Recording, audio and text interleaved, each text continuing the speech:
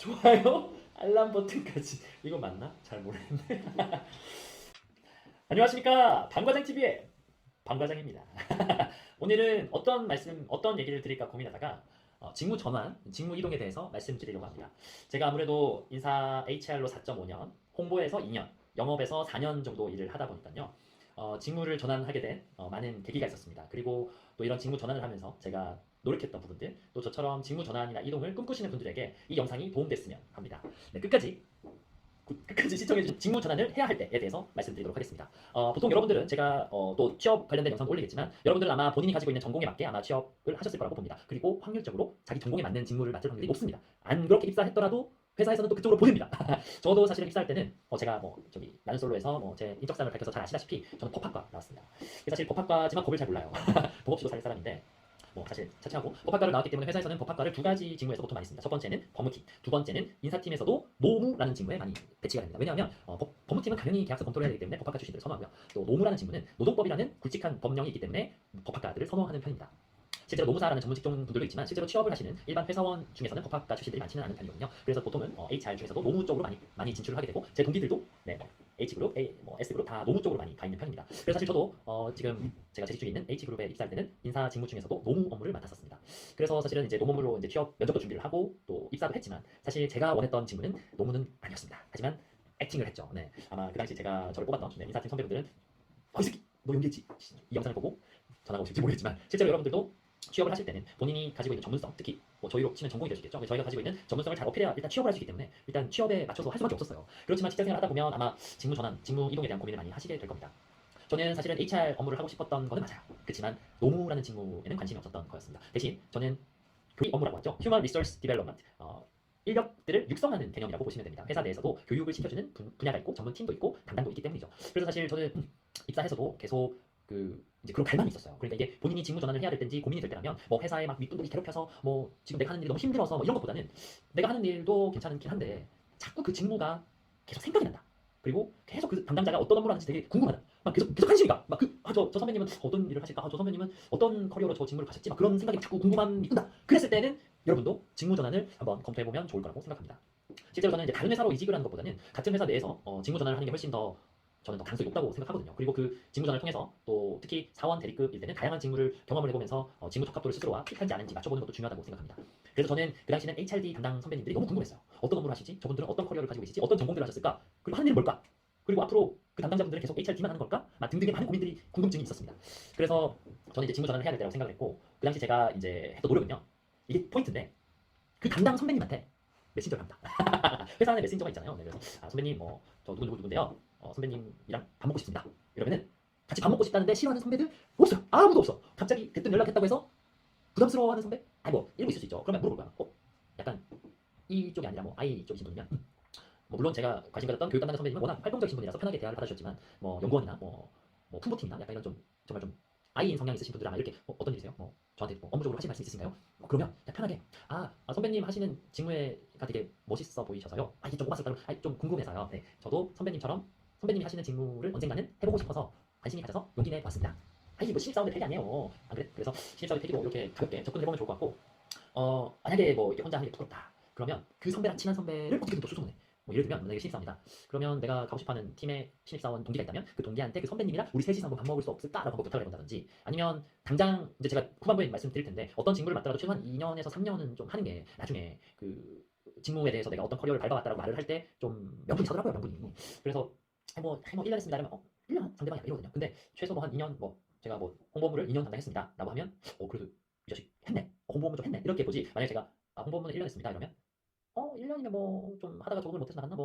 문제가 있었나? 왜 1년밖에 안 했지? 이런 식으로 계속 생각을 하게 되거든요. 그래서 최소한 2년은 있었으면 좋겠는데 그렇게 직무를 하다 보면 완전 동떨어진 직무 분야가 아니라면 언젠가는 그분과 친해질 기회가 생기거나 또는 그분과 친한 분과 친해질 기회가 생깁니다. 계속 관심을 가지면요. 어떻게든 그분 가까이 가게 돼요. 우리 모든 게 다 그렇잖아요. 안 그래요? 그래서 그분이랑 이제 친해지면서 자연스럽게 고민을 상담하는 겁니다. 어떻게 하면 선배님처럼 될 수 있냐고요. 그러면 그 선배님은 아마 자연스럽게 얘기를 해줄 겁니다. 본인이 하는 일은 어떻고 그리고 힘든 점은 어떻고 만약에 그게 선배님 먼저 털어놓지 않는다면 여러분들이 먼저 선배님께 질문을 하실 수 있는 거죠. 선배님 선배님 직무를 언젠가는 해보고 싶은데 뭘 준비하면 될까요? 어떤 역량이 있어야 될까요? 제가 지금 자격증이라도 딸까요? 이런 식으로 얘기하면 얘기를 분명히 뭘 해줘요. 예를 들면 뭐 HRD다라고 하면 이제 그때 선배님이 저한테 해주셨던 얘기는 이제 앞으로는 그 HRD 업무도 이제 컴퓨터를 통해서 우리가 사이버 교육이 될 확률이 높기 때문에 대면 교육보다는 사이버 쪽으로 공부를 좀 더 하고 또 이런 가상현실 쪽으로 뭔가 교육 프로그램 개발하는 쪽으로 공부를 더 해서 본인이 조금 더 역량을 키우면 아마 회사에서 먼저 연락이 갈 거다 이런 식의 조언도 해주셨거든요. 그래서 아마 그런 얘기들이 아마 분명히 있을 거예요. 그러면 그 얘기들을 마음속에 담았다가 본인이 퇴근 후에 열심히 공부를 합니다. 아니면은 유튜브도 듣고요, 또 강의도 찾아가고요, 아니면 교육과정도 듣습니다. 어떨 때 저는 사실 개인 휴가 내고 교육 담당자 기본 과정을 갔다 온 적이 있습니다. 좀 오바 같다 보일 수도 있지만 사실 제가 하고 싶은 일을 하기 위해서라면 사실 그 정도 투자야 괜찮다고 생각해요. 그래서 사실 이제 두 번째는 그 선배에게 고민 상담을 해보는 게 좋겠다는 얘기고요. 세 번째는 이제 아까 말씀드렸듯이 그 선배에게 이제 그 선배의 직무를 할 수 있는 또는 그 직무를 하기 위한 준비 사항들을 이제 말씀을 들어서 이제 열심히 준비를 하는 겁니다. 그 다음에 준비해야 할 네 번째 사항은요. 계속 노크를 해야 돼요. 계속. 내가 그쪽 일을 하고 싶다는 거를 제일 빠른 방법은 지금 그 일을 하는 선배에게 넌지시 지금 당장 막 하고 싶은 일이 아니라 넌지시 언젠가 한 번쯤 하고 싶다 이렇게 표현을 해놓으면 그 선배가 머릿속에 각인이 됩니다. 왜냐하면 그 선배도 그 직무를 회사에서 보통 10년, 20년 이렇게 할 수 있게 두지 않거든요. 저희 회사는 한 5년에 한 번씩 직무 순환 제도가 있어서 어떻게 그 선배가 다음 포지션으로 넘어가야 돼요. 그러면 그 후임자를 고민하게 되죠. 근데 그 후임자를 고민하는 와중에 이 내가 하는 직무에 관심 있는 사람이 있다. 그러면 그 사람에게 먼저 물어보지 않겠어요? 이건 당연한 거예요, 여러분. 기회는 가만히 있으면 오지 않습니다. 회사에서 내 역량을 알아보고 방과장, 그때 방사원에게 방사원, 우리랑 같이 일할까? 라고 연락을 먼저 하는 경우는 없어, 절대 없어. 여러분들이 먼저 노크를 해야 됩니다. 그리고 여러분들이 하고 싶어하는 직무는 아마도 여러분 말고도 하고 싶어하는 사람들이 많을 거예요. 남들이 기피하는 직무를 저만 하고 싶습니다라고 얘기하는 사람은 잘 없겠죠. 물론 간혹 있습니다. 네, 저처럼. 네, 저는 영업할 때 손 들고 갔거든요. 해보겠다. 네. 그 얘기 나중에 한 번 더 길게 푸는 걸로 하고 이제 그래서 계속 노크도 하고 그 선배님께 연락도 드리고 한 번씩 안부 카톡도 드리고 생일 때 생일 축하합니다, 생신 축하합니다 이렇게 카톡도 하고 선물 한 번 해도 돼. 후배들이 선배들한테 카톡 선물 보내면 더 부담스러워. 근데 한 번씩 카톡으로 연락 주고 한 번씩 저는 또 전화도 하거든요. 선배님 생일 축하드려요. 오랜만에 생일 핑계로 연락드립니다. 하면 거기서 그래. 선배 그래 누구야 그래 반갑다. 이러지. 야씨 너 생일인데 빈손으로 연락하냐? 그런 사람이 어딨어요. 물론 친구들이나 동생 이렇게 연인 사이가 다를 수 있죠. 근데 선후배 사이는 특히 선배들은 그렇게 생각 안 한다. 기억하시고요. 그래서 이렇게 계속 녹화라는 말씀을 드리고 이제 마지막입니다. 마지막 전에 또 많이 우려하시는 부분이 있을 것 같아요. 현재 지금 제가 소속되어 있는 팀의 팀장님이 알면 어쩌지? 나 찍히는 거 아닌가? 찍히면 나 회사 힘들 것 같은데 어쩌지? 물론 저도 그런 생각을 안 했던 건 아닙니다. 물론 저도 소속팀에 있으면서 계속 그런 고민을 했었고요.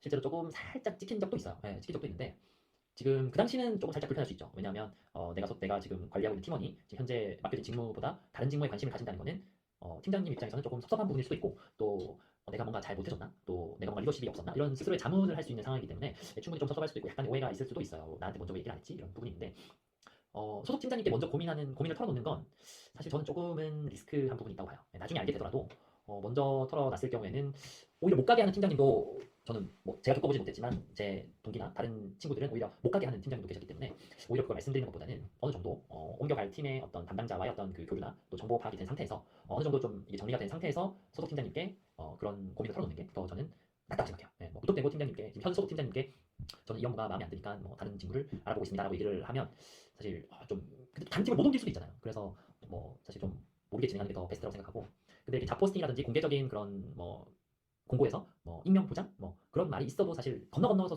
다 들어가요. 회사에서는 비밀이 없기 때문에 물론 다 들어갑니다. 들어가면 들어가서 그때 말씀을 하시면 그때 솔직하게 말씀드려도 돼요.